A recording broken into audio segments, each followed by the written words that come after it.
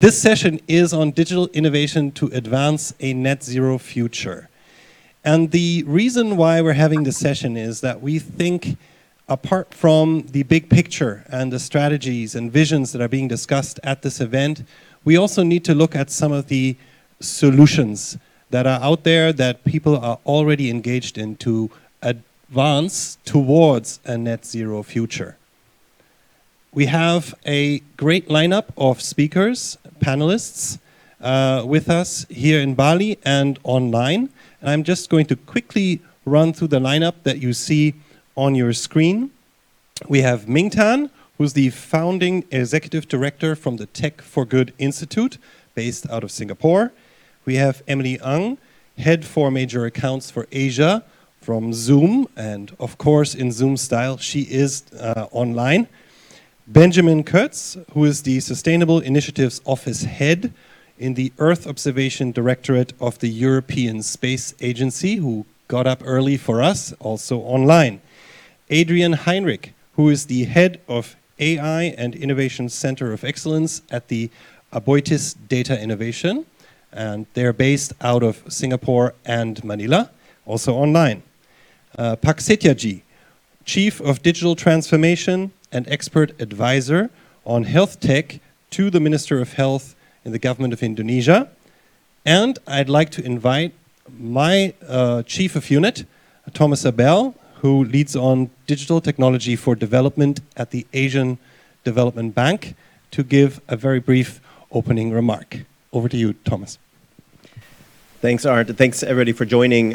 I just want to mention this topic is so important, and it's kind of a conundrum because everybody knows the urgency of climate, the urgency of digital.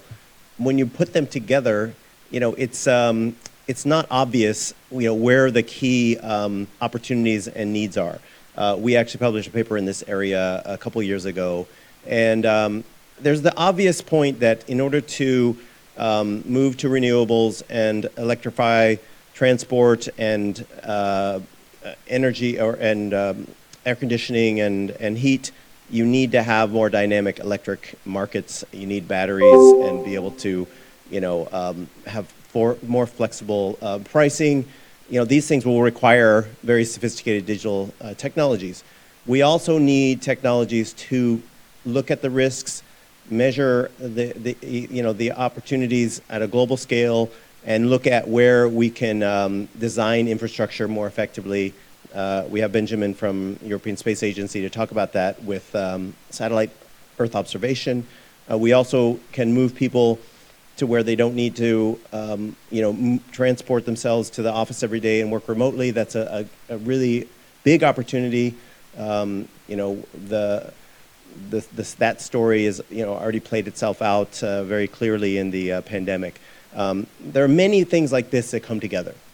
But one of the things that people tend not to look at, because it's almost too big, is just the idea of the digital economy itself, that new jobs that are coming along are more digital, and therefore they don't have as much of a climate impact. In the Philippines, we have a great example. Philippines has 1.2 million BPO workers.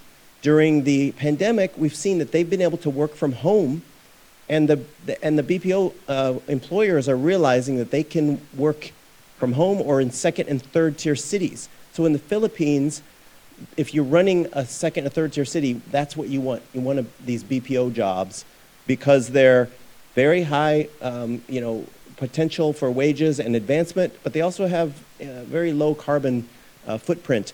And this is something that's hard to build into our economic planning because we don't know what those new jobs are going to be. So you tend to look at the existing jobs and shuffling them around and think digital is creating new jobs we haven't thought of yet that will have a lower carbon footprint. That's really, I think, where the opportunity is. But the challenge is, as people get these digital jobs, they have a greater income. They want to spend that income on things that could also be damaging to the environment. So you want to also encourage people to, change their lifestyles as they gain more income to be more carbon friendly. It's another challenge, we don't really have answers to, but I think these are going to be some of the core challenges in the future. So I'll stop there, and thanks, Arndt. Thank you very much, Thomas. And now it's my pleasure to introduce the moderator of our session, Akito Tanaka, who is a senior staff writer and chief business correspondent for Nikkei Asia, based in Singapore. Thank you for coming in. All right. Well, thank you. Thank you very much for joining who is here physically and hopefully online as well. My name is Akito Tanaka, and I'm a senior staff writer and chief business news correspondent for Nikkei Asia. And I am usually based in Singapore. Great. So the session is entitled Digital Innovation to Advance a Net Zero Future, which is a big topic. And to discuss this big topic, we have a very good variety of panelists, which is great as well.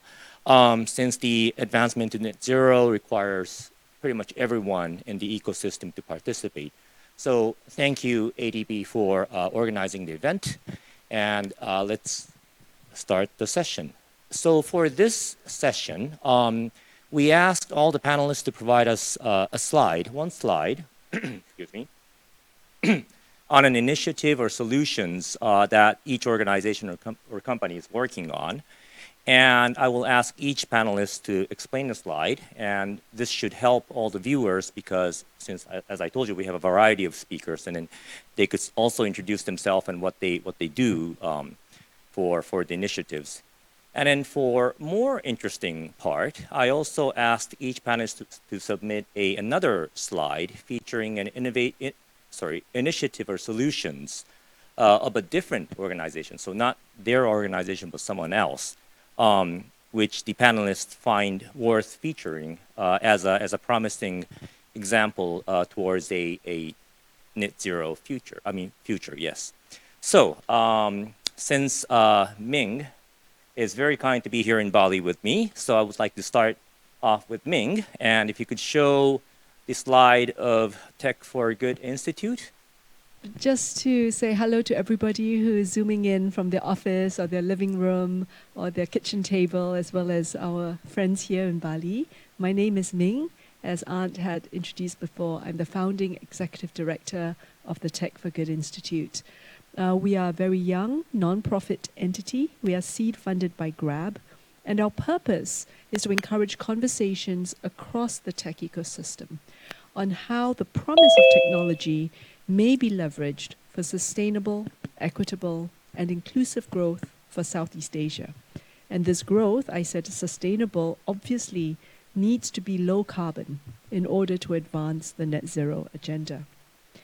If you look at this slide here, we believe that this sustainable growth needs both innovation as well as digital progress. And let me expand on that. Innovation is more than just the technology side. Technological innovation must be coupled with business model innovation as well as regulatory and governance innovation to be able to encourage adoption and to be able to achieve impact.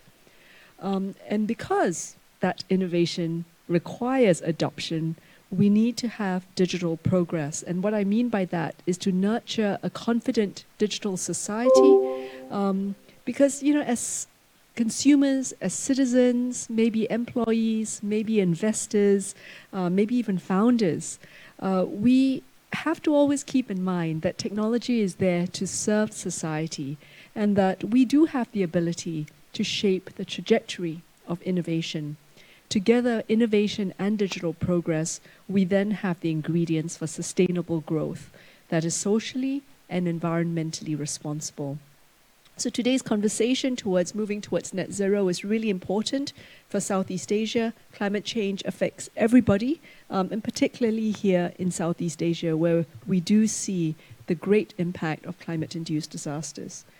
At the Tech for Good Institute, we believe that digital economy companies have a really important place to play because they are developing as well as deploying technology, and they have a great responsibility to drive this low-carbon trajectory. To this end, what the Tech for Good Institute is doing right now is a study together with the Center of Sustainability and Governance at the National University of Singapore to understand how these companies, these digital economy companies, are seeing their role and impact towards society. The report is yet to be published, but for today's session, I can give you a sneak peek, and I can share that unfortunately, environmental factors are a blind spot for many digital economy companies. Environmental concerns, whether it's about carbon, biodiversity, climate, circular economy, appeared in none of the top 10 issues for digital economy companies across what we call Southeast Asia 6, Malaysia, Indonesia, the Philippines, Singapore, Thailand, and Vietnam. Only 17% of digital, 17, not 70, 17% of digital economy companies even mentioned the environment as interesting or material to their business. I don't want this to be all about doom and gloom. I do believe there is room for optimism because discussions on environmental and sustainability issues have gained momentum. National development goals are aligning with international commitments to reduce carbon. Investors are also interested with the rise of impact investing and ESG investing. Consumers are becoming increasingly discerning, and these will move the market eventually. So we are seeing many notable innovations from DECs in the region, and later I hope to share some with you. Thank you, Archita. Great. Well, thank you very much. Quite striking to hear that not so much companies, I shouldn't say aren't focused, but I mean, deprioritized. Yeah, it's quite interesting. Right. Now to Emily, who is joining us online, obviously, because she represents Zoom. Emily, can you hear us? And could you put up Emily's slide up so she could do her presentation, please? Good afternoon and apa kabar? I'm joining you remotely from Singapore via Zoom, of course, together with the rest of our esteemed panelists and moderator.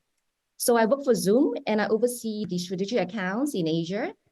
And at Zoom, I also actively involved in mentoring efforts for women and spearhead some of our D&I initiatives at the company.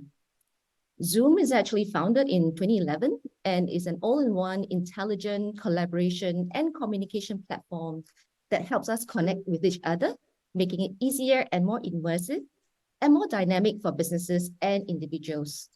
At Zoom, we put people at the center where we want to enable meaningful connections, facilitate modern collaboration through innovations such like Teams chat, phone, meetings, omni-channel, cloud contact center, smart recordings, whiteboard, and much more. So with regards to Zoom and how we are getting ready to contributing and advancing a net zero future and our ESG efforts, specifically, the essence of our product is to cultivate human connection with zero to minimal carbon emissions. We directly and positively impact the global carbon footprint by addressing both the social and environmental elements of sustainability at its very foundation. We ourselves live our value of care towards all our stakeholders, employees, customers, community, and the planet.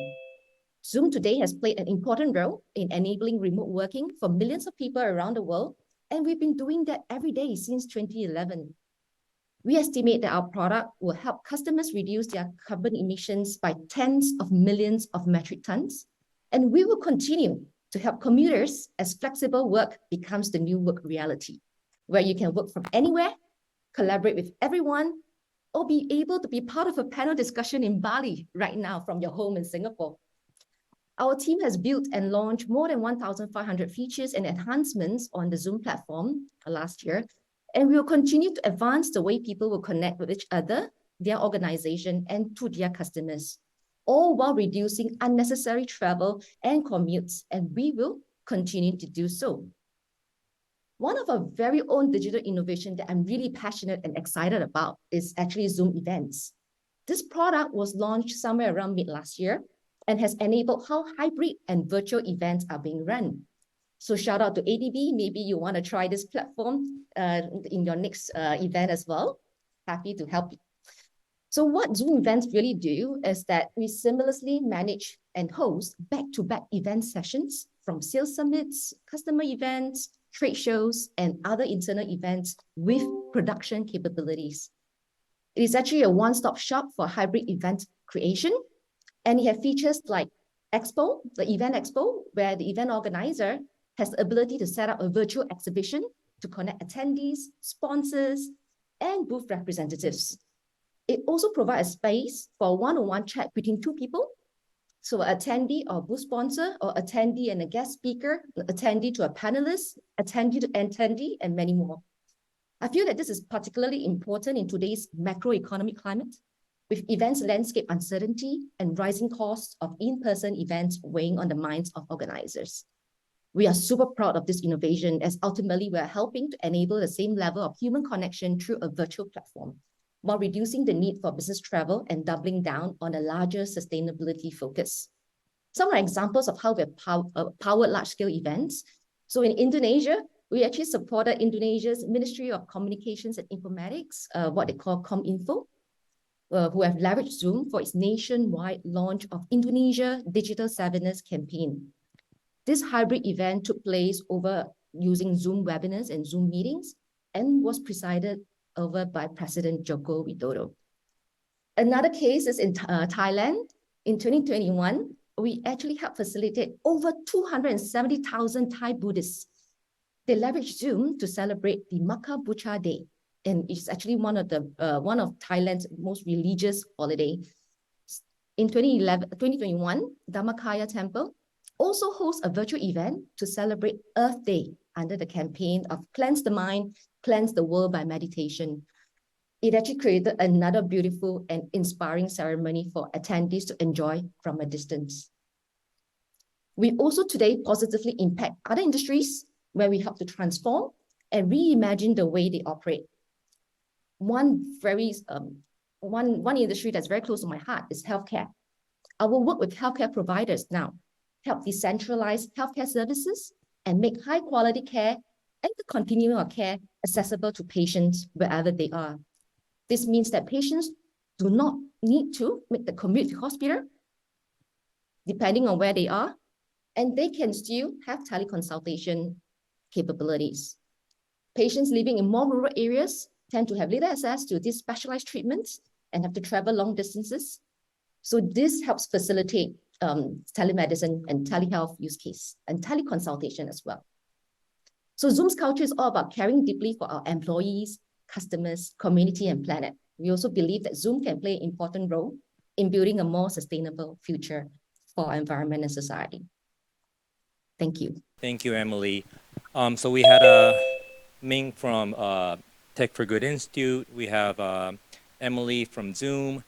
And then we have somebody who is looking at this problem from very up in the sky from the space, and that is Benjamin, who represents the European Space Agency. Benjamin, can you hear us? And could you do your presentation as well, please?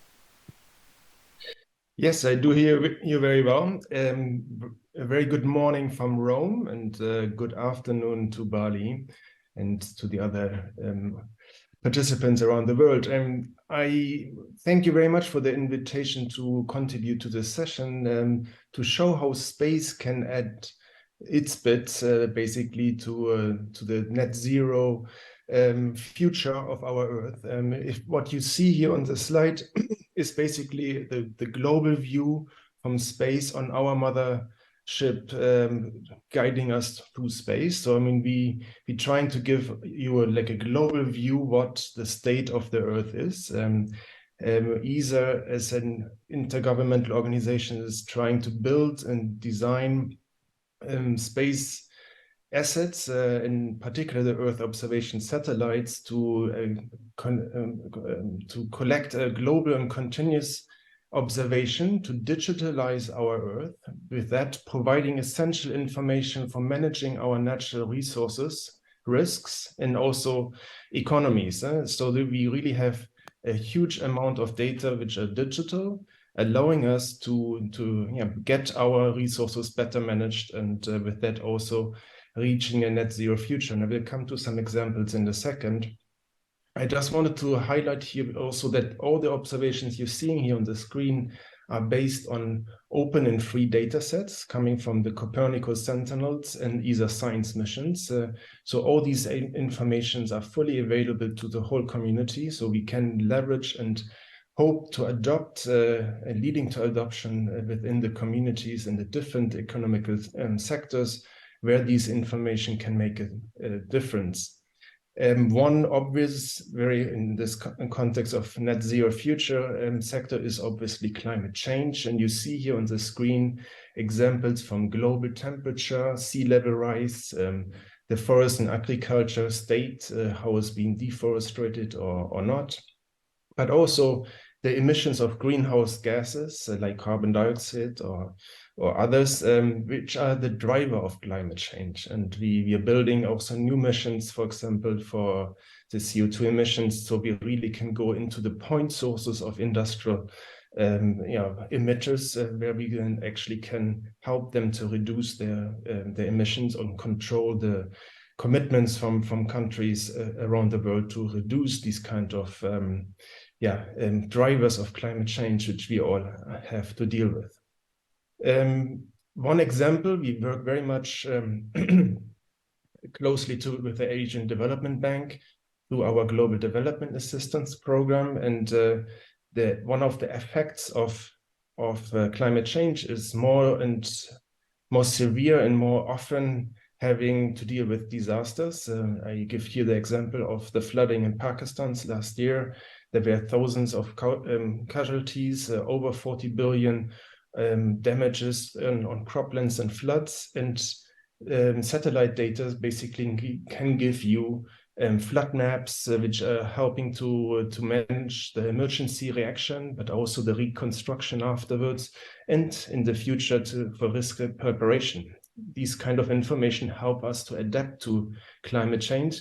But in fact, space can also play a major role in the green transition, leading to a net zero society, and with that, avoiding the impact of climate change. And I give you some examples here. For example, space can help to set up carbon credit schemes in the context of sustainable forest management or carbon farming in agriculture, where we use satellites to monitor, certify, and scale, for example, carbon farming schemes for like no tillage or cover crops. So you can actually bring this up to a national or even global scale. And I just quote here one of the economical industrial examples. BASF launched last year a global carbon farming program, which is built heavily on satellite data sets. Another example here in making space useful for net zero is that you can use satellite-based internet connections to improve the air traffic management in near real time. And that leads to decreased fuel consumption. For example, with EasyJet is one of the European air carriers who has just adopted that, and they aim to reduce their CO2 emissions by 35% by 2030. They just started a pilot on that. So just to bring that also to these kind of solutions to a larger scale, we at ESA are preparing since a year what we call the Space for Green Future Accelerator, which will be a co-governed and independent non-profit partnership for all green transition actors, engaging governments, businesses, multilateral institutions, but also civil societies and citizens to develop practical space-based solutions supporting carbon neutrality. And we aim to launch this accelerator at the end of this year in November at the ESA Space Summit, which will take place in Sevilla. So I really hope that some of our panel members, but also from the audience, can be interested to be part of this type of partnership. And with that, I give you back the floor. Thank you very much. Quite astonishing to see all those Earth in different colors. I hope it means something good and not scary, but we'll ask about that later. Now, we have abundant data, as you can see, that the European Space Agency and Benjamin is doing, but we also need an analytic part, which is the AI's role. And for this, I would like to ask Adrian, who's representing Aboitis, if my pronunciation was correct. Adrian, could you tell us about what your organization does, please? Good afternoon to Bali. I'm Adrian Heinrich, as just introduced. I'm working for Aboitis Data Innovation, And maybe I should tell you a bit some context about our business. So Aboitiz is actually a large conglomerate in the Philippines. It's more than 100 years old, and it spans different industries with several business units in the different industries. So to make it concrete, we have financial services, like we have a bank, for example. We have Aboitiz Power, which is very up for this conference. We've got real estate, we've got food and farming, infrastructure and construction. So you can see already it's really very broad. And Aboitiz data innovation, that's one arm where we create innovative solutions with data and AI that shall serve the entire group and also the ecosystem of the group. So actually also external. I myself, I'm heading the AI and Innovation Center of Excellence. And there we try to create cutting edge solutions and experiments so that we can generate proof of concepts, how we can leapfrog and make a difference for society, for the world, and also for the businesses. I have here just one example because we were asked to show one example, which I think demonstrates very nicely how profitability and decarbonization can go hand in hand, that this is not mutually exclusive and that it's not just an act of charity when you actually try to help the planet, but you can very well also make profit and make a good business while at the same time doing good. So this is in our cement BU, and this BU is producing cement, right? And the problem that they were facing is that in this 28-day of curing cement, they were very reactive, which resulted in the end, you have a large variety of cement quality output, right? Which you don't want. You want it to be consistently good quality. So what we did is we created an AI solution that can help the decision makers along the way in this 28-day period to take the right decisions on the mixture and the timing of the different elements that have to come into place during this production curing process. And this led to very nice results. So in quality consistency, you can see here that the variance has largely decreased. Also, the costs have been saved because of the operational efficiency of this solution. At the same time, and this is the nice part of it, we could also reduce the emissions because of this operational optimization that we took into account, and that you can be a very you can conduct the cement curing process in a very proactive way instead of being reactive. So you already have the right elements in place at the right time. And this had a large impact, as you can see. And in terms of innovation, we also have gained some awards for this project and recognition. And I just want to also sound out that when you think of operational efficiency, very fast you can also think of decarbonization, and that we should not think one or the other, but we should think of it as a holistic value creation that we are providing, and that it goes hand in hand. It's really intertwined. It does not have to be one or the other. Yeah. Thank you, Adrian. And we also have a Setiaji, who is from the Ministry of Health of Indonesia, representing Indonesia. However, he is joining online, probably because he's the chief of Digital Transformation Office for the country, for the Ministry of Health. Setiaji, could you tell us what you're doing in your field? Good afternoon. Welcome to Bali. I hope you can enjoy and have a time to not only enjoying but see how the beautiful the Bali islands. Yeah, thank you for having me today. I will share first about the digital. Actually, this is the special teams, or actually the Digital Transformation Office already established 2 years ago during the COVID, and we have some tasks. First, how we can handle and manage the COVID using the IT, and then the biggest things. The second thing is about how we can transform the digital technology in Indonesia. Yeah, we already succeed to manage COVID using the technology. Maybe you know the Peduli Lindungi apps. Actually, this is the COVID apps. Can not only as a platform, but also connect between the others lab and also others institution like airports, train, and etc.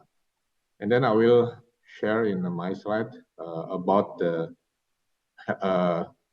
related with this topic today, the healthcare climate footprint initiative by the Global Green and Healthy Hospitals Network measure that the carbon footprint of healthcare facilities worldwide. Healthcare emissions make up varying percentage of each country's climate footprints, with Indonesia having a low percentage of 1.9%. However, participating healthcare facilities in Indonesia have made progress in reducing their carbon footprints and adopting environmentally sustainable practices such as improving energy efficiency, reducing water consumption, and implementing waste reduction and recycling programs. Digital transformation strategy can further drive innovations, improve efficiency, reduce costs, and contribute to reducing the carbon footprint of healthcare facilities. Yeah, I will share you about the Satu Sehat. Satu Sehat, actually, this is a platform. We call this health information exchange, already launched last year, will connect within the 60,000 health facility. So with this platform, not only people can access their medical record directly, but also each hospital can access and share their data so the doctors can diagnosis more precise using the historical medical records coming from its health facility. Satu Sehat platform will contribute to reducing the carbon footprint of healthcare facilities. For example, by adopting electronic medical records and reducing paper usage, healthcare facilities can reduce their paper waste and also carbon emissions. And with Satu Sehat platform, facilitate a remote patient monitoring, which can reduce the need for patients to travel to healthcare facilities for routine checkup. This can help to reduce carbon emission from transportations. We already success how we can promote the telemedicine for self-quarantines, and it's already support more than 1 million people during the COVID. And with Satu Sehat platform help to reduce carbon emission associated with the production of and transportation of medical supplies and equipment. For example, using digital platform to manage inventory and procurement can help to reduce waste and improve supply chain efficiency. Finally, Satu Sehat platform can also help to raise public awareness and education about the link between a healthcare and the environment by providing information and resources and sustainability healthcare practices. Digitizing healthcare can empower individuals to make more sustainable choices in their healthcare consumption and lifestyle. However, there is still room for improvement in the healthcare sector in Indonesia in terms of environmental sustainability. Some of the challenges faced by the healthcare facilities in the country include limited resources, inadequate infrastructures, and lack of awareness and knowledge about sustainability practices. And then in the next slide, I will share you the video of our platform Satu Sehat. Maybe please to show the video. Thank you. Let me ask a couple of questions related to all the opening remarks that has been made so far. Ming, since you're here, now we all know that Southeast Asia's digital and tech industry is growing super fast. And what's the challenge for them to achieve sort of sustainable growth at the same time meet the environmental goal when the industry is growing super fast? What are the challenges? The industry is moving super fast, and if we know one thing, business moves fast, but sometimes governments move slow. And so that's one challenge for everybody involved. Businesses need clarity. They need clarity over the operating environment.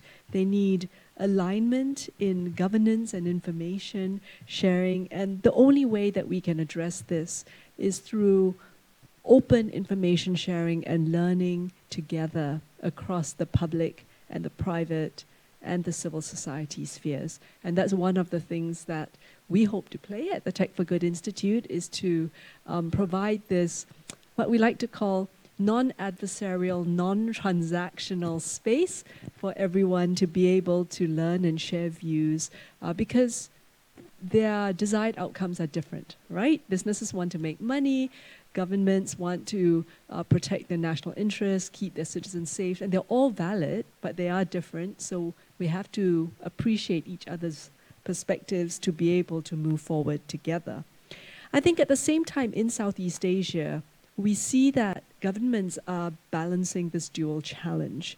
And that makes it really interesting for companies as well. First, Southeast Asia is grappling with having to deal with the effects of climate change that has been caused by the greenhouse gases that has been emitted for decades or even a century, caused by advanced economies. And so I mentioned climate-induced disasters before. And at the same time, we want to drive inclusive development across some of the fastest growing populations in the world. According to the International Energy Agency, there are about 65 million people across Southeast Asia who do not have access to energy yet.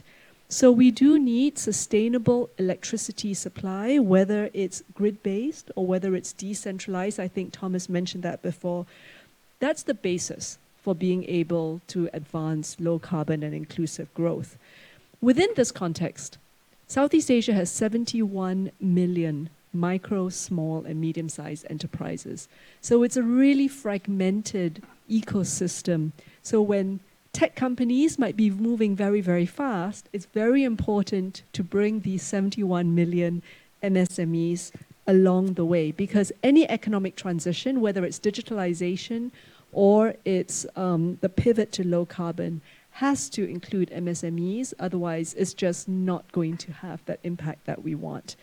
The Carbon Trust did a survey, and 90% of MSMEs knew that there was a climate emergency going on, and they were really supportive.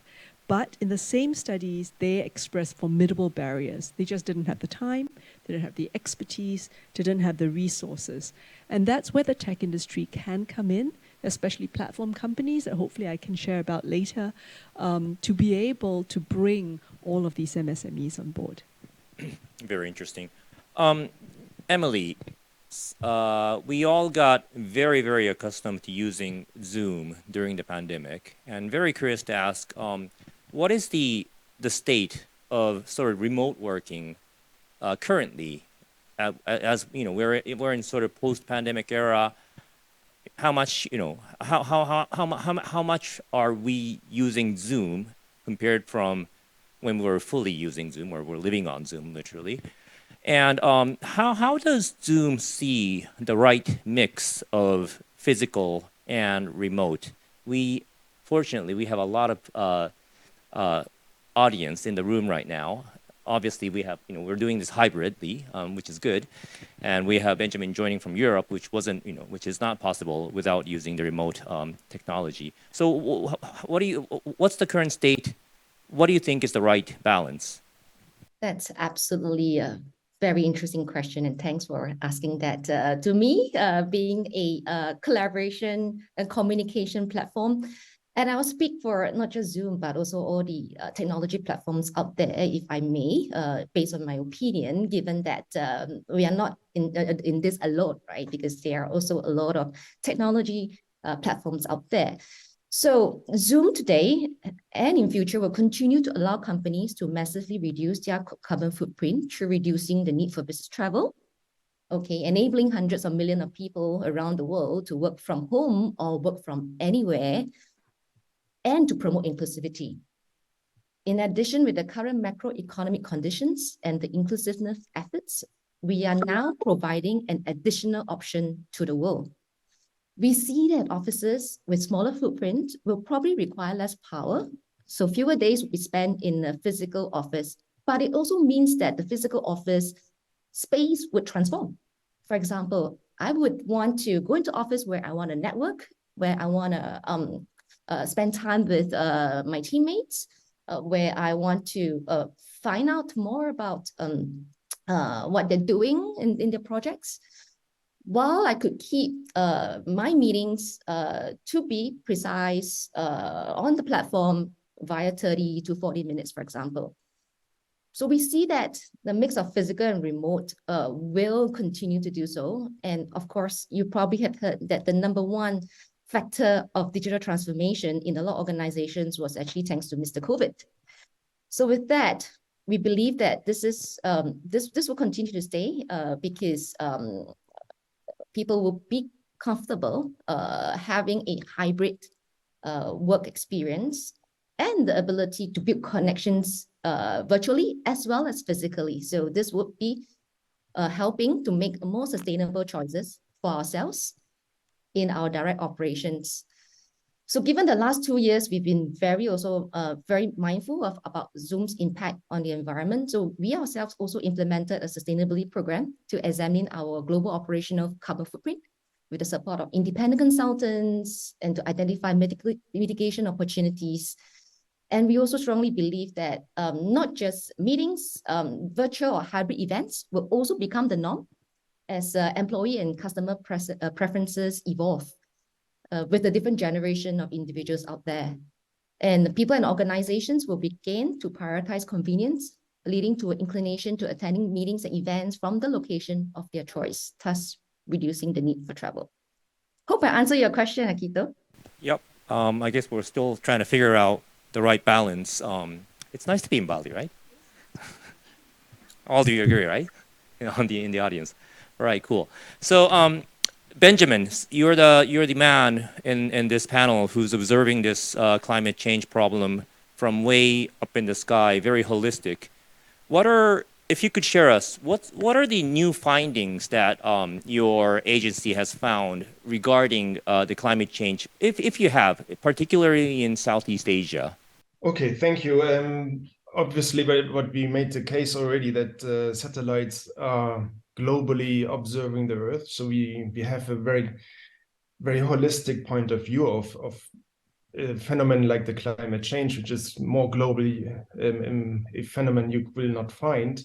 So satellites data are really essential in making assessments of the state of the climate, also helping to make decisions based on that, to mitigate climate change, but also adapt to climate change.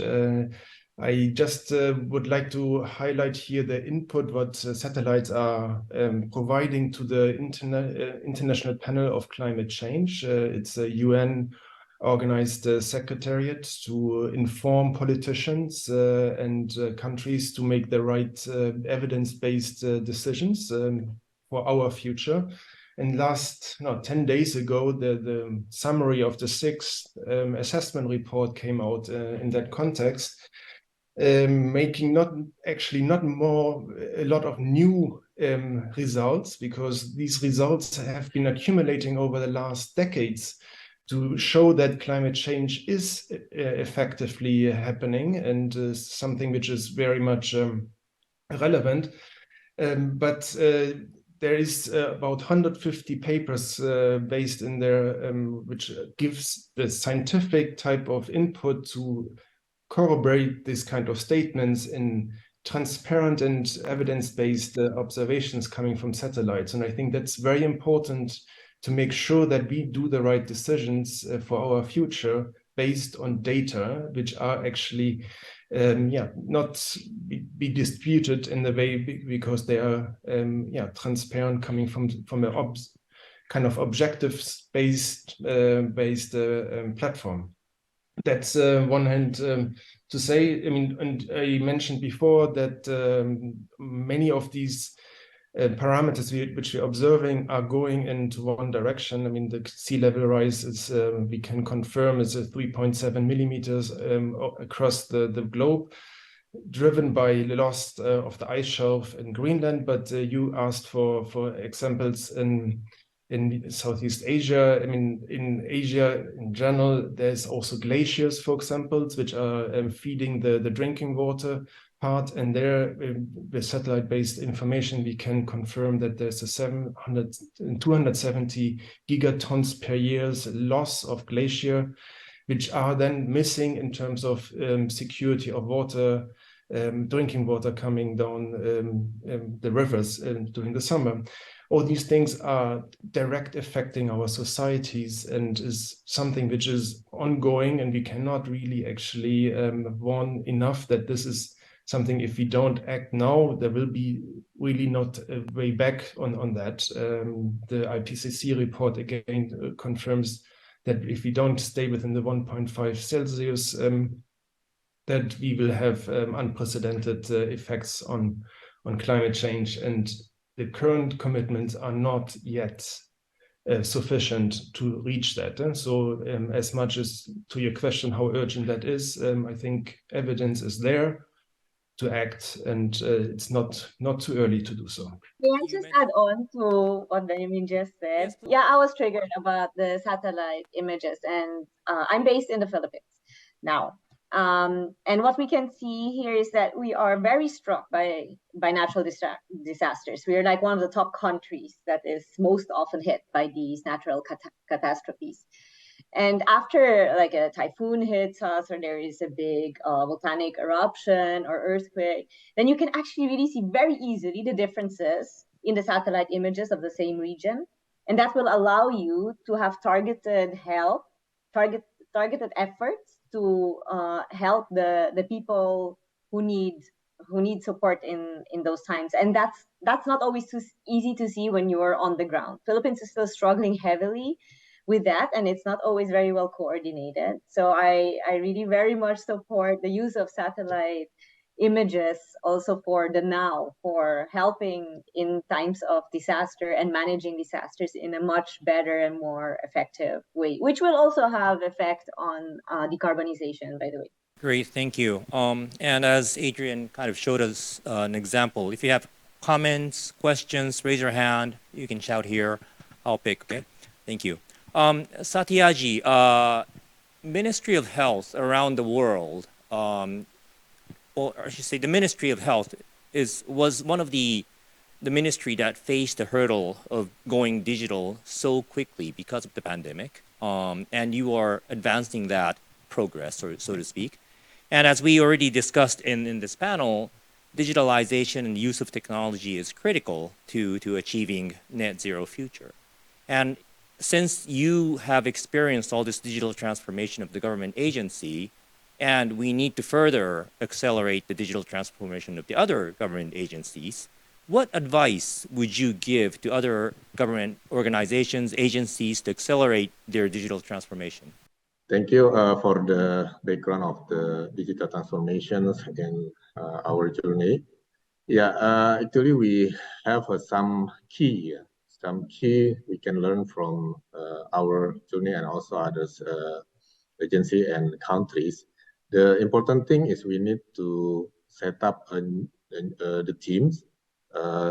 Actually, this is the team only for a digital acceleration, because in the governments, we cannot relate it only in our human resources. Because of that, we need to gather within others parties like startup and etc. to engage more young people involved in this initiative. Because of that, we set up the DTO and we hijack from the best talent from the startup. So we combine the youth people and also the senior people to make sure this initiative can accelerate and also align within our programs. And then the second things, we make like some opens. Yeah. We build like the government need to open within others ecosystem. And then we build the platform. You know, some term of the government as a platform. So we build a platform. No need to build the general application. We just put some standards. We put some standard not only for data exchange, but also some terminologies. In health, we have some many terminologies like ICD-10, SNOMED, etc. So we put in this to make sure that every people align with our initiative. And then we engage more startup ecosystem rather than a health facility, because in Indonesia, we have a 60,000 health facility. So you can imagine how we can connect within the 60,000 health facility if we just connect within its health facility. Because of that, we just connect with the vendors, with the startup, and then startup can use their capability to connect within its facility. And last year, we already connect within the 11,000 health facility within the 3 months, because we open collaborate within the ecosystem. And then the important thing is the blueprint itself. We already launched the blueprints on 2021, and then this is some reference, some information to all stakeholders to align with us. And then the important things, not only just a paper, but how we can implement these blueprints, because many others agency and maybe some countries only have a blueprint, but the important thing how we can implement within the others. That's it. I think this is how we can accelerate the program, because we engage more people, we put the collaboration within the private sector, etc. Great, thank you. Before we move on to the second part, just very quickly, do you have any comments on the government action? Because you mentioned about the government in the previous question. I think one of the things that Pak Setiaji mentioned is talent, and how talent is in short supply, and how you mentioned that you hired from the private sector, Pak. And I think this is going to be an ongoing challenge. Yeah, talent is in very short supply. Companies like Zoom allow teams to collaborate across geographies so that pockets of different types of talent can come together. But I think that what is very interesting is whether you're a software engineer or you're in sales or you're on the, whatever point in the product development lifecycle or product deployment lifecycle, is to be able to keep these big questions at the back of your mind, which is what's the impact, the social and environmental impact of your product to your client. And these sort of higher level questions are what really important to be able to have, and that has to be kept at the forefront, both from the leaders and in the public side as well as on the private side, and the leaders being the leaders of the companies as well as the investors, because they really drive the agenda. Agree. Thank you. Now, for the part 2 of this session, it's sort of unusual in these kind of setting, but I asked a panelist to bring or to present a slide featuring other organizations or companies that may be a good, reference to achieving net zero goal. And if we could go to the not next slide, but if you could go to the slide, please show the slide. I think Ming's one is the first. Yes, innovation feature, and then the next one. Great, thank you. Great. Thank you. You asked us to think about innovation and breakthrough innovations, right? And I was thinking about this and what actually makes something breakthrough. It's not just the innovation, but also the adoption. Last year, I was moderating a panel with almost exactly the same title, and we had a great professor from the University of Jerusalem who said the Stone Age didn't end because we ran out of stones, right? The Stone Age ended because better stuff came along. So our reliance on fossil fuels is not going to end because we run out of oil. It's because we have invented better solutions and more people agree that these are better solutions. So I know I sound like a broken record. I keep saying this, that inventions need adoption. And when you can bring customers on board to adopt at scale, that's when you get the breakthrough.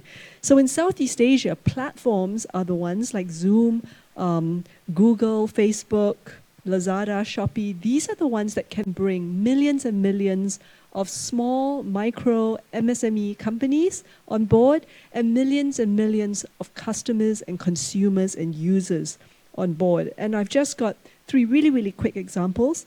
The first one that says enabling MSMEs is an example called Logivan. They're the largest truck matching platform in Vietnam. And the founder, Linh Pham, realized that 90% of trucking companies in Vietnam have less than 5 trucks. So super, super fragmented ecosystem, and they rely on manual matching of by brokers. So you get this great inefficient market, and I think at that point when she first started, logistics sector accounted for 20%, 21% of GDP, whereas in Singapore, for example, is 8%, in China it's 15%. What this also meant was that 70% of the trucks were on the road running empty. So they would have one delivery and they would come back empty. And lots of empty trucks on the road means lots of carbon emissions.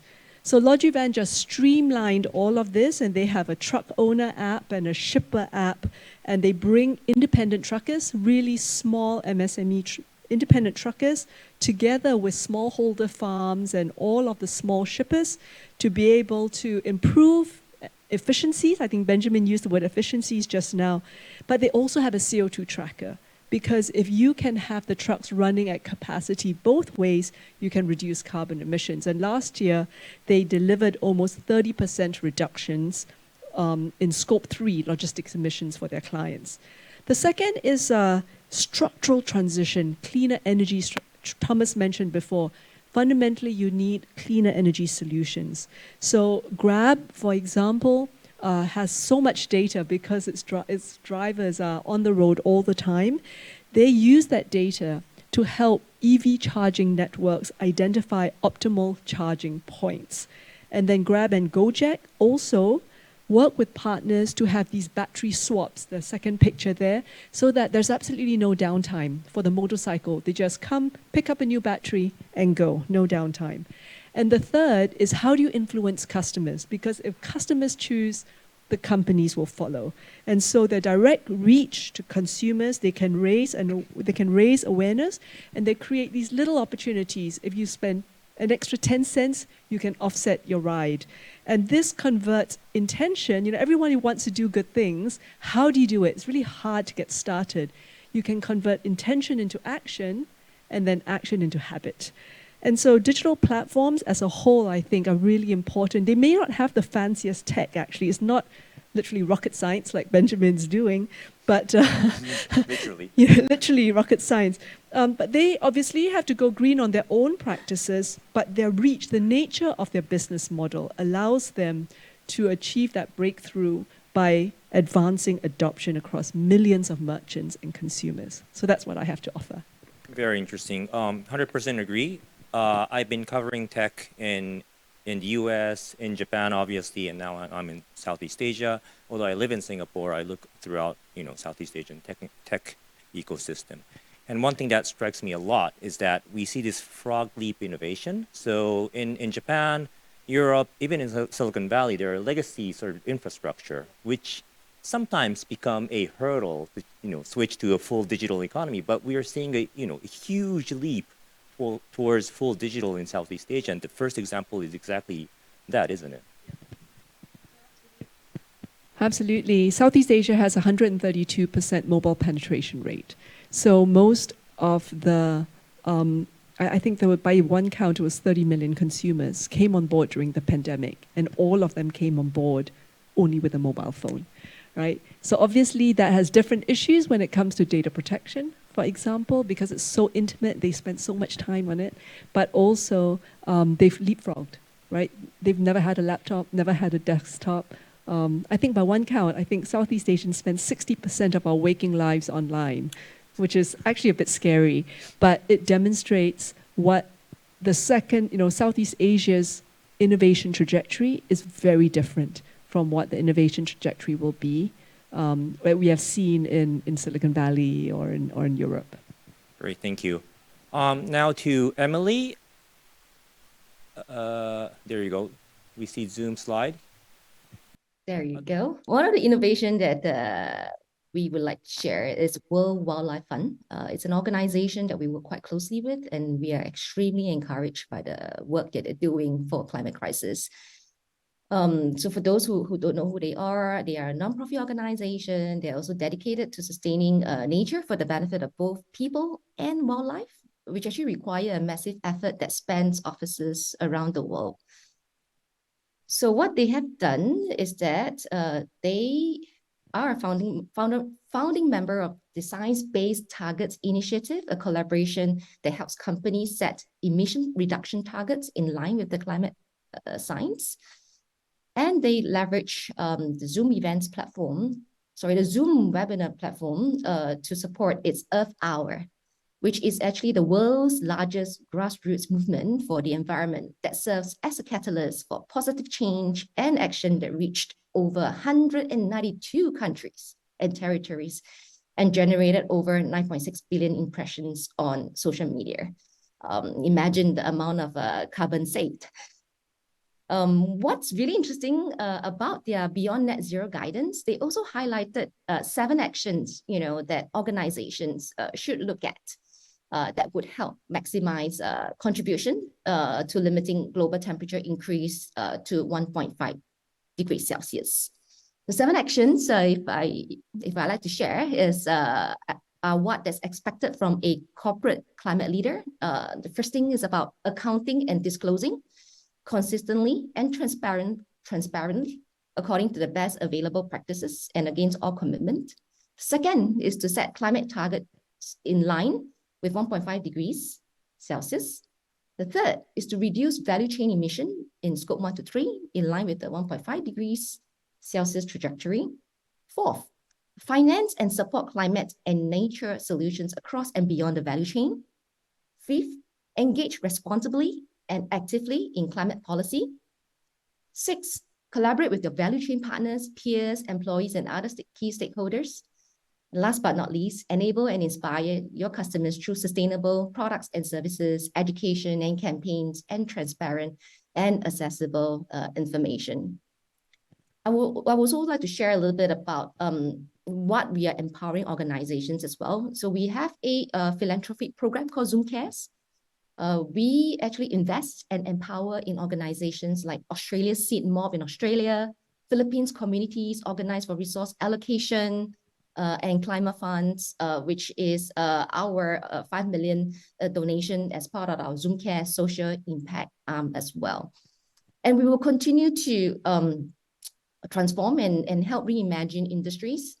So we had healthcare example that Satya says, and in Singapore, we have actually worked with the Singapore National University Health System, where they integrated video call capabilities into their Zoom platform. In education, we work with the largest online tuition providers, and in workspaces, we've been collaborating with JASCO Group to enable physical work booths or co-working spaces with video conferencing capabilities.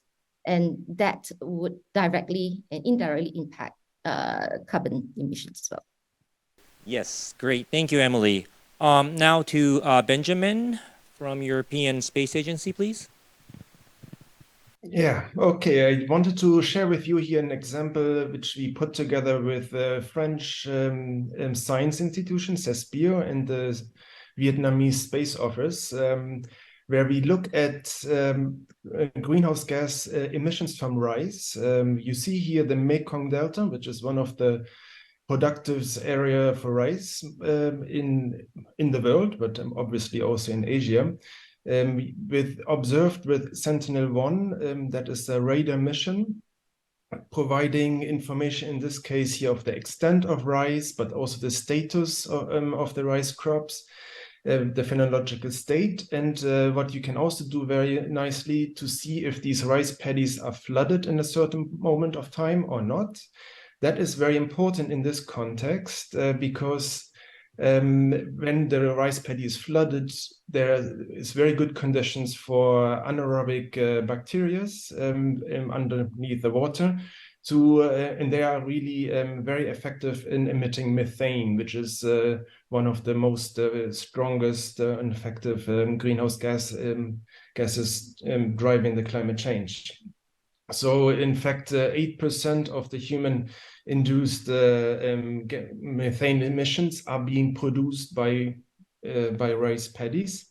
And there is a way how to reduce that by 50% by just trying to adapt agriculture practices, how to grow rice by not continuously flood the paddy, but use a practice which is called alternative wetting and drying practice, meaning that during a season you let dry out the paddy like 3 or 4 times and then flood it again, but also only at a certain limit.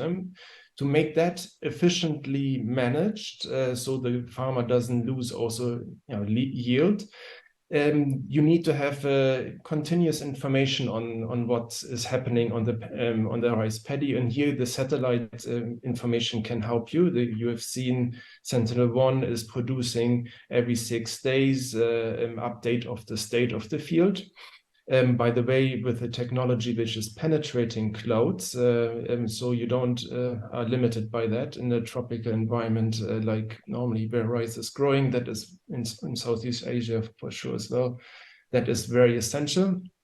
So that information can be used to optimize this kind of practice, to put this in place, but you can also use that to verify at the national scale, like you see here for Vietnam, but we have done that even over 1.9 million square kilometers in Southeast Asia, to verify if that kind of, let's say, a country implements a regulation to adopt this alternative wetting and drying practice, if that is effectively actually being implemented, and verify and incentivize that perhaps by subsidies or other support to make this work. So there are 2 different ways how satellites can make that work and hopefully reduce then these 8% of methane reduction by 50%, which is on the global level 30 million tons per year. Very interesting. And Benjamin, all these things were discovered through a open, free data, as you mentioned, or? Yes, I mean, these are open and free data sets. Sentinel-1 is part of the Copernicus program that is available online for everybody to download. Just to perhaps also mention that we work across the globe to make this data accessible and also adopted. And one activity which we will put in place together with the European Commission is the Copernicus for Philippines. So we will build a national hub in the Philippines starting this year. On the 24th, there is a launch for this kind of initiative. So we're trying to partner with countries, with institutions like the Asian Development Bank. We have since 10 years a partnership with them to make sure that these kind of informations are transferred and adopted by a large community to really make that useful for a large society benefits. Thank you very much. And now to Adrian, please. Oh, sorry. Well, this is Adrian? Yes. Oh, I thought it was Benjamin since it was SpaceX. But go ahead, Adrian. That's coincidence. It's me. Yeah, so when I had to think of someone or another company outside my space that inspires me for direction towards decarbonization, and where I can also see it harmonizes with innovation and adoption, what has been earlier mentioned, I feel inspired by some of the characteristics of Elon Musk. So apart from, as we know, building companies that are directly reducing carbon emission, he has like the talent to make the impossible possible, or what we initially thought would be impossible, to make that possible. And he's very invested in changing history, not just in making money. So he wants to create a future that inspires. And yeah, for example, with SpaceX, right? He turned space exploration from a more government monopoly into a private endeavor.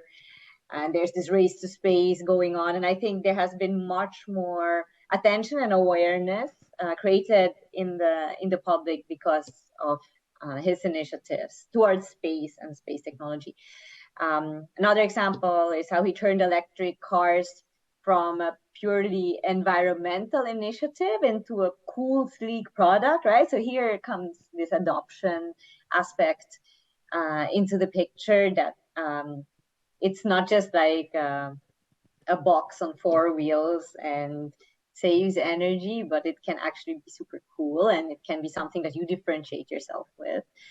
And then lastly, what I like a lot and what I try to incorporate in my team is the fail fast approach. So it's important to keep on doing experiments as fast as you can and to fail so that you learn and you can pivot into a better direction. Like the first 3 launches, SpaceX, they were failures, right? And that was needed so that he can be successful later. Yeah. Cool, thank you. Absolutely right. It was back more than 10 years back. I had a chance to interview Elon in Silicon Valley, and this was before he launched Model S, so he didn't even have a car to sell. And I asked, and since I was from Japan, I asked him, how are you trying to sell an EV? There's Toyota and Volkswagen, and Tesla selling EV is not going to solve any problem because you're such a small company. And he said, well, Akito, look, if we get a 8% of a global EV share, Toyota and Volkswagen are going to be so surprised and afraid, and they will start accelerating the EV push. And that's exactly what happened. And also on your point, Adrian, saving Earth doesn't sound like, it doesn't really sound like it's going to make a lot of money. But I actually asked a very prominent venture capital in Silicon Valley, and they were investing in environmental technologies, green tech, and whatnot. And I said, your job is not to save the Earth. Your job is to maximize the investor's return. And he said, well, Hito, think about it. If you save the Earth, how much return could you get? So there is obviously a business, and economical return perspective. And thank you for pointing out. I remember this episode. All right, now to Setiaji, please. I have some slides, and we can learn from other industries. For example, like healthcare sectors, how they now have some initiative to, for example, to make like a carbon-free energy. For example, the Microsoft have some aims to be carbon negative by 2023, and also the Google have some aims to operate a carbon-free energy. This will be supported by to the health tech industry because the health tech industry need to build the electronic medical record storage. You can imagine how big for the EMR storage. For example, for the biotechnology, we need one for the whole genome sequence, more than 2 terabytes data. Because of that, it's very important thing to reduce the storage power, especially for the environmental impact of healthcare by minimizing the need of physical storage and paper-based records. And then we use also the some technology, for example, like Google Cloud Hacker API. We use the Fire's API for secure and scalable platform, and also using the AWS for the imaging system to make sure that all the data can compress and also accessed by the peoples. And then also we can learn from the Siemens Healthineers to aim to achieve carbon neutrality. And then because they also produce some radiation, so they need to reduce the radiation and develop the energy efficient technology. For example, for the all CT scanners, up to 70% less energy than traditional scanners. They produce like some platform to enable healthcare organizations to securely share and manage electronic medical records and reducing the environmental impact of healthcare. And also from the Philips, they aim to carbon neutral by 2025 and has a range of sustainability products, including the green products portfolio to reduce the waste and also energy usage. Yeah, they also built like imaging system, use up to 80% less energy than traditional system. So the others, some production from the ABM like Watson Health, now they called Marative to become carbon neutral by 2023, and is pushing this goal through the renewable energy to waste reduction and also improve data centers energy efficiency. So with this initiative can support for the health tech industry to more renewable energy and to less reduction for the carbon neutral, etc. Thank you. Great, thank you. I would like to ask a if you have any questions from the audience, also from online, while you think of your questions, I would like to go around the panel asking just one question, just one. And then, if you could just answer it briefly, although this is a big question, let's try to be brief about it. We've discussed, we've been discussing about this. It seems like we have the technology. We have tons of data, even from space, all the way space. We have an application like Zoom. We have a government agency that is really leaning forward to digital transformation. And we have the power of AI, and we have an organization like yours who is helping Southeast Asia become more digital. And although a path or road or future to net zero is very difficult, although it really sounds, I'm very optimistic that we have the technology set, right government mindset, data set, etc. However, as we heard from this morning's session, and we hear it everywhere, people are saying we're losing this battle. Now, the question is, this is very big, what remains the big challenge? Is this, is this the money? Is this the regulation, lack of collaboration, public awareness? I'm sure it may differ depending on your specialized area. So let's first go from on stage. What remains the biggest challenge? Thank you, Akito. I actually think the biggest challenge is also the biggest opportunity. Southeast Asia has demonstrated the ability to innovate in a way that's fit for purpose. And I think that's super, super important. We talked about before about leapfrogging, and I showed, for example, the example of the battery swap stations. You can't transplant one technology from one context and put it into another context. So the swap stations, many parts of Southeast Asia don't have reliable electricity. So even if you have a charging station, it's not like you're in Silicon Valley where you can just plug in and expect your Tesla to charge, because that day you may not. So if you have a battery swap, you can have batteries that are ready to go at any time. So I think the ability to innovate for fit for purpose is really, really important. And you're creating new industries. I think Benjamin gave the example of carbon credits and carbon markets. Those are really transformative. But at the same time, we have to be able to bring everybody along with us and make existing industries, existing business models more efficient. And I think several of my panelists have also mentioned efficiency. So for example, Indonesia has a great company called eFishery. Right? And automatic fish feeders have existed for a long, long time. They use very sophisticated motion sensors, etc. But eFishery is really special because they use the simplest technology, which is vibration sensors, because apparently fish swim a lot when they're hungry. And when you are able to reduce the amount of feed, what happens is that the smallholder farms will immediately see benefit, right? It reduces costs. Fish food is one of the biggest cost items in the smallholder farm, reduces labor, but from an environmental perspective, it reduces the amount of nitrogen, excess nitrogen, and it creates better biodiversity and prevents algae blooms, etc. So I think the biggest challenge is the biggest opportunity. To recap, it's about finding fit-for-purpose solutions, and there you need to have, again, as I'll say this, all types of innovation, not just the technology innovation, but the business model innovation to be able to drive the adoption such that everybody will say, that's a much better way of doing it. I'm going to use it. Great. Thank you, Ming. I want to save time for a question from the audience. So if you could be a bit brief on this answer. I know I'm asking a big question, but Emily, biggest challenge? Yeah, when you were discussing this topic, something flashed across my mind. I remember on the headlines, it was animals out on the road during the pandemic because there was less pollution, there were less people out on the streets. And I was thinking, actually, we've done it before. I think what's important is we don't need a pandemic to emphasize the need.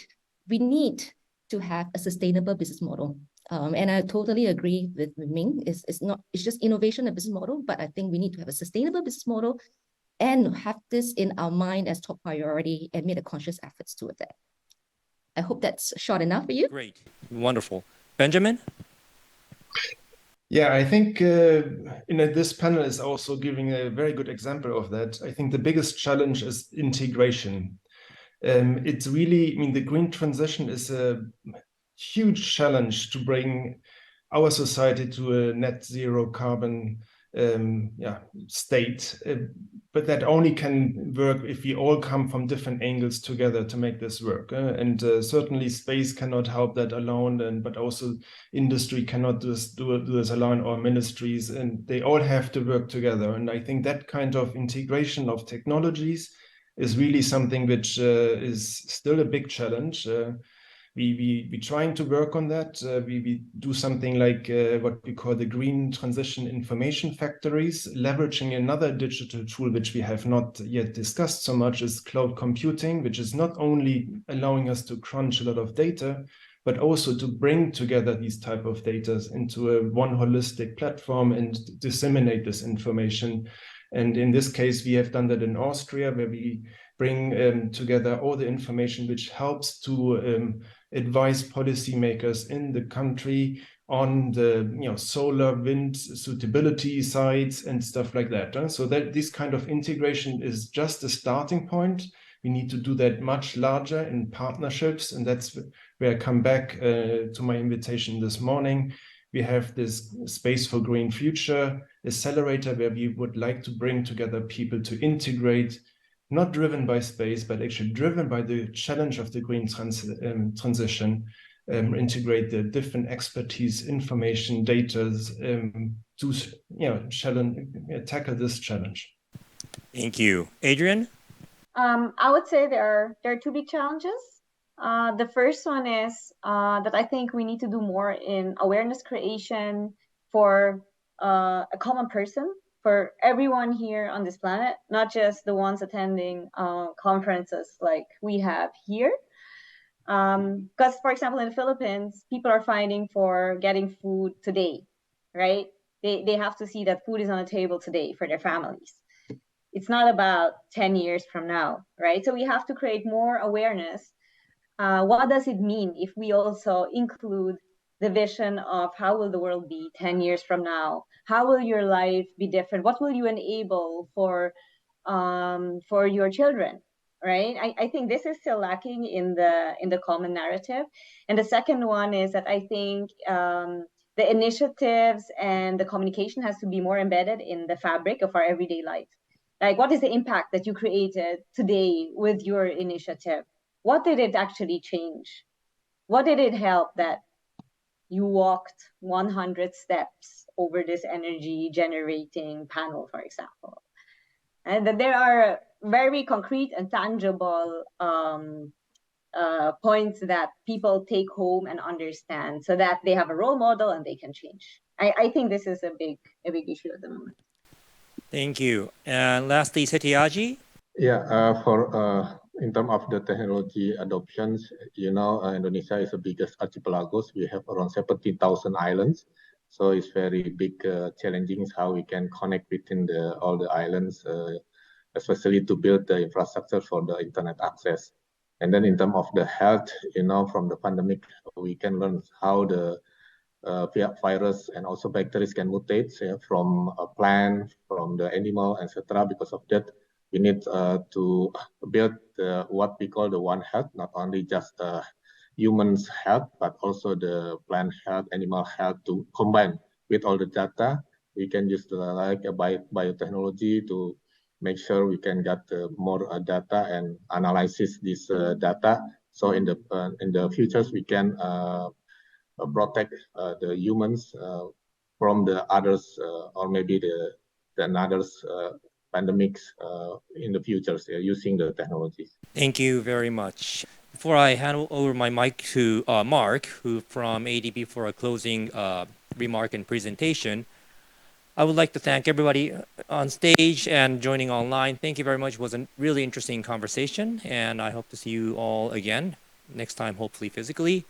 And I am handing my microphone over to Mark. Thank you. Good afternoon to everybody online and here. So I'll keep this short. I've got a couple of slides. I had 257 slides. We'll cut to one. But I want to present to you a platform that we are launching that is called solutions.adb.org, which is one way of accessing innovative solutions across all the ADB operational priorities. And this is leveraging on the work that we've been doing for the past 5-6 years. If we can move on to the next slide, please. Next, please. Around open innovation platform and face-to-face hackathon, which are basically crowdsourcing solutions that we at ADB have been using for the past few years to identify innovation that can be tested in our context. So I'd like to share my screen and show you what the platform looks like. So solutions.adb.org is available for all of you to access. So this is what it looks like. So on Zoom, if we can toggle, please. So once you're on the website, yes, there you go. So you've got hundreds and hundreds of solutions that are listed on this website. And those solutions have been curated by various ADB colleagues in the context of being piloted within our context. So because we're kindly hosted by Indonesia, I'll just do a filter on solutions coming from Indonesia, for example. And looking particularly at anything that is climate change. So you see we've got a bit more than a dozen solutions there that are listed. And so you can access this and find the details, not only of the startup that is proposing this solution with evaluation from different ADB colleagues. So this was in the context of a technology innovation challenge, for example. So this allows various organizations, be it the private sector or government, to access solutions that have already been tested, mentored, and supported by ADB. So we're making this available to further develop innovation in the region and beyond. Within 5 minutes, thank you very much.